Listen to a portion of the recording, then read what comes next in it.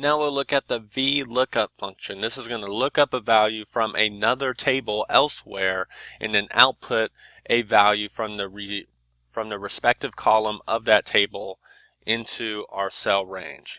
So what we're going to do is we're going to look up a letter grade for the R column based off the percentage grade that is assigned to each student. So let's get started. I'm going to start in R5, go to the Formulas tab in the ribbon, go to the Lookup drop-down, Lookup and Reference drop-down, and say VLOOKUP all the way down at the bottom to get the dialog box. And here, this one is a little bit more involved. We have 4 possible inputs here. The first lookup value, as we can see from the textbook, if we go and follow along in the textbook, I believe it starts on page 164, this is going to be the value that we're going to use in our lookup. The values that we're going to use for the lookup value in R5 is going to be P5. So we'll put P5 here.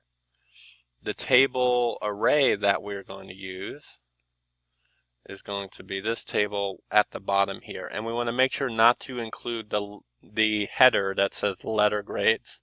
We just want to choose the table data. Here we go. So we have this table array selected. Another thing we want to make sure is that these are absolute cell references. So in the dialog box, you can see in the table array section, I made this range an absolute cell reference range so that when we copy this formula down the R column, this table array is not going to change. We want it to stay the same because we're always going to be referencing back to this letter grades table. The column index number is going to specify the column that is going to have our output values. So if I look at the table, I can see that the percentages corresponding to the letter grades are in column 1.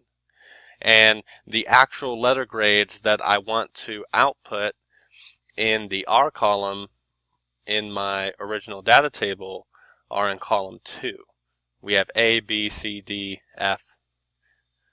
So what I put in the column index number is 2 to indicate that I want the output to be in column 2 of the table array that I originally specified. And then for the 4th input, we actually don't have to put anything here because by default it's going to say true, and this is saying that if it's true, it's going to find the closest match. For our output, for example, it's going to approximate to the closest tabular value in the table array that we chose. If we wrote false here, it would look for an exact value, which we don't want because we can see in our percentages that they rarely say exactly 0%, 60%, 70%, 80%, or 90%. They're approximately within those ranges. So we want to leave this as true so that it goes for approximate values. So I'll say OK to complete this equation, or sorry, to complete this formula, including the VLOOKUP function, and I can see that the output grade for 96% is A. So it looked at 96%. It chose which one from the tabular data 90% was closest to. It was closest to 90% here, so we can see that it's outputting an A based off our tabular data that we were referencing in our lookup function. I will copy this formula into the respective cells in the R column so that we can see the impact of this function. See that it is correctly assessing which letter grade corresponds to the percentage grades that were given to each student.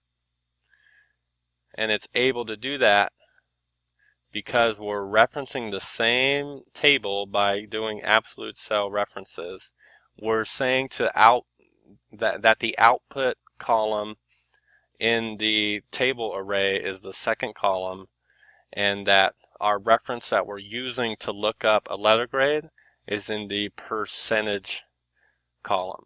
It's in the P column, and we're going down the list doing the respective cell in the P column to find the letter grade.